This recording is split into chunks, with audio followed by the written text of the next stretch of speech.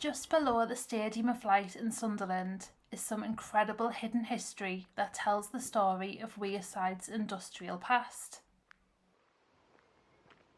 There are a lot of modern developments happening in the city at the moment, including a new footbridge, so I thought that the Riverside was completely cut off, but it is actually accessible by going down the path next to the allotments and pigeon duckets in Southwick and following the path down to the river. The ropery and Queen Alexandra Bridge are at the distance to the right, and ahead of us is Liebherr Crane Factory that used to be Lang's shipyard. As you can see, it's more wild than the Riverside near the university, but I think that's what gives this place its charm, with the old industry history being tucked away down here.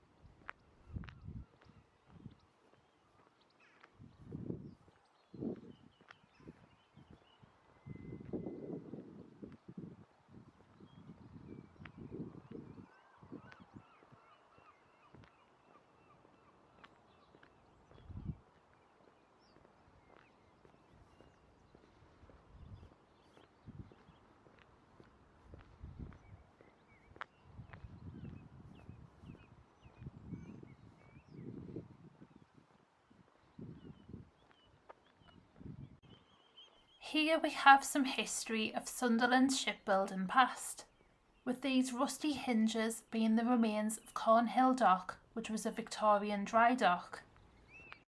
This would have been a large graven dock lined with wood, with wrought iron gates that would have opened with a winch and chain to allow boats in and out. This dock was part of the slipway where John Candlish started building ships at Low Southwick from 1846, with that yard extending from Scotsbank near to where Southwick Pottery used to be. Interestingly, Robert Thompson was his foreman and went on to operate his own shipyard, which was notable in the area. Today, this is all that is left, and it's amazing to see what people built all of those years ago.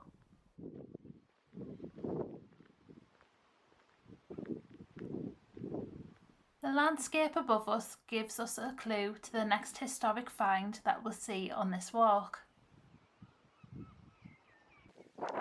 This huge set of buildings are the remnants of Carley lime works, lime kilns from the 18th century that would have been part of a vast industry.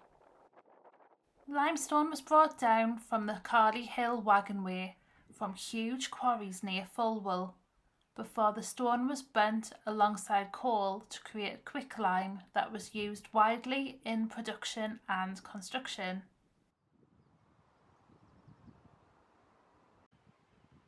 The building on the left is the earliest, with sandstone, coarse stone, limestone and brick being hodgepodged together as demand grew. It's all bricked up now, but maybe one day these structures can be opened to show the heritage of the region. In total, there are around 20 kilns in this structure, so it must have been so busy down here, with intense heat, noise and light emitting from these doorways in the kilns. Lime had been made on this riverside since the 18th century, with these lime kilns being marked as old on the first edition Ordnance Survey plan, so were probably out of use by 1855.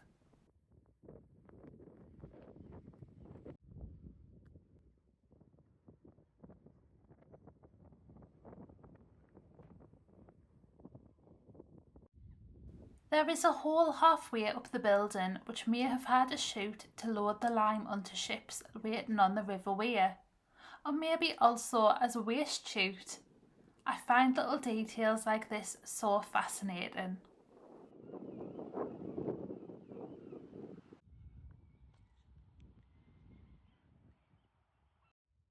I also saw the date or perhaps the kiln number above a doorway too.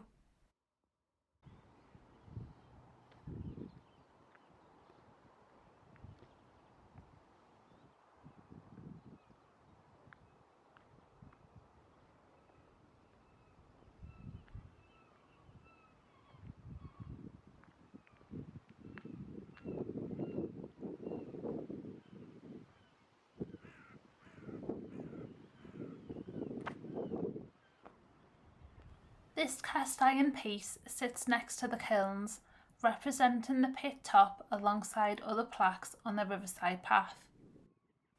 The castings represent the coal seams that the sinkers would have passed until they hit the pit bottom.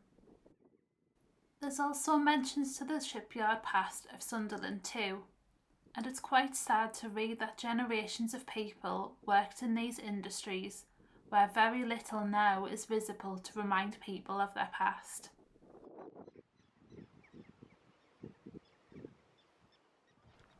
That line, "Ah, my God, it is the mouth of hell, none but a madman would enter into it," really struck a chord with me, as much of my ancestors and a lot of the cities too did do that over and over again.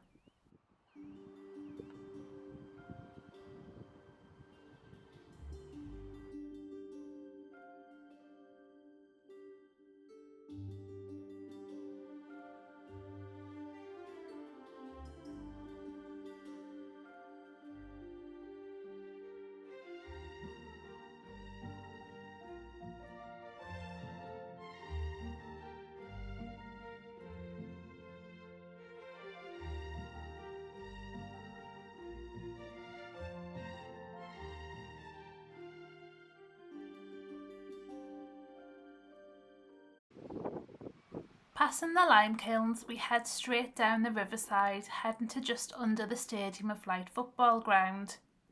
This area is so green now, but would have been full of the hustle and bustle of making things. This map from 1897 shows that there are cranes dotted along the path that we are walking on, with the railway line running along the road Keir Hardy Way.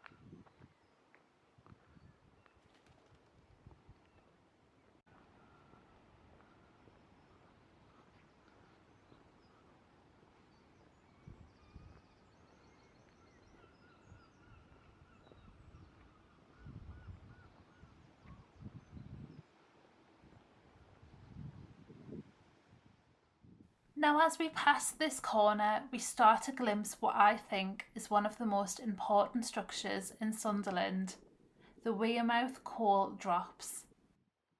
Between 1826 and 1834, Sunderland's Wearmouth colliery was sunk, and when coal began to be extracted in 1835, the mine had a depth of 1,587 feet, making it the deepest mine in the world. A deep mine meant challenges with getting the coal up to the surface, let alone getting it down to the River Wear where it could be transported across the country. And that's where this ingenious structure comes in. These impressive brick and stone remains are the last of the Wearmouth STAITHES, which served the Wearmouth colliery, which was the deepest mine in the world upon opening. This coal staith was built around 1900 with brick piers and platform facings. The size of this structure is incredible. It really does tower above you, and it's amazing that it's still standing so long after the colliery closed. When the colliery first opened, coal was transported in tubs across a wagonway and dropped into the ships on the river. That's where the name coal drops comes from, as the coal would have been literally dropped onto the back of the ships. The STAITHES were built to make the journey for the coal from colliery to ship a bit easier, with a large wood superstructure supporting railway lines where wagons full of coal would be transported from the colliery directly onto the ships on the river. The structure meant that the coal tubs could get right to the river's edge for tipping their contents into the ship's hold, and later on conveyor belts were used to get a more precise delivery.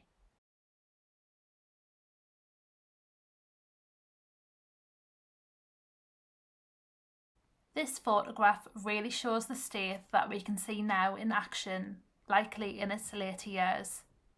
It looks like it's lost the connecting wall as it's now freestanding. The bits of wood sticking out of the structure are all that's left of the drop process. You can also see metal rings throughout, so perhaps a pulley system maybe?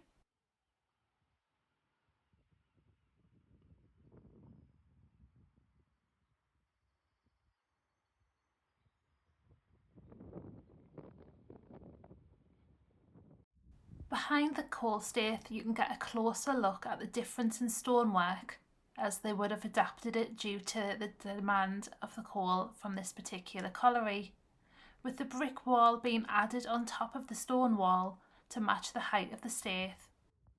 These structures were a common sight on the River Wear, with the Hetton and Lambton staiths being situated on the other side of the river, but this is the only one left standing. I think a lot of people don't know that this exists on the Riverside, as it's really tucked away and just about visible as you drive over Keir Hardy Way, but once you see it you really can't forget it. I saw this little window way structure into the stone wall and I have no idea what it is. I'm thinking it's connected to the colliery in some way.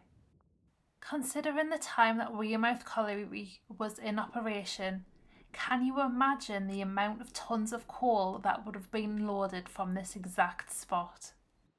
Such an important part of Sunderland's mining heritage that should never be forgotten.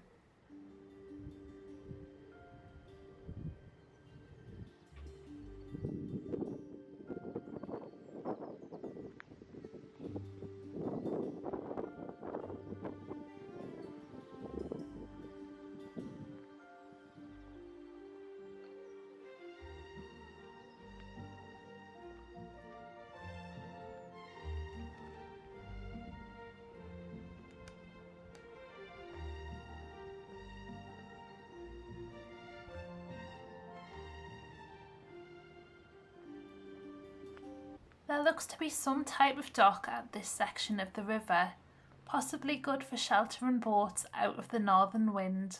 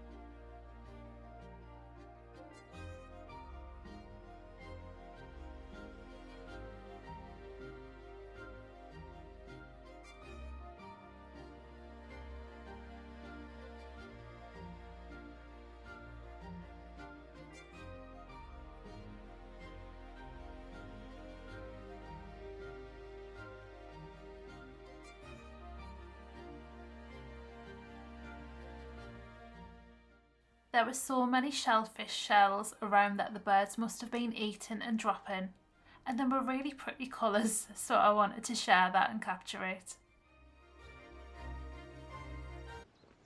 Continuing past the Staithes along the Riverside, we start to see the new footbridge under construction. It's quite the contrast, passing the old technology and seeing new structures being constructed above. Apparently this bridge is to be opened later this summer and it looks to be nearly complete, with the railings being added. This is as far as you can go from this end, so it's time to turn back around. This walk took me around 20 minutes, so it's quite nice to see a bit of history off the beaten path of Sunderland. I really love industrial history, so this all interests me more than lots of pretty things to see, so I really hope you like this video too.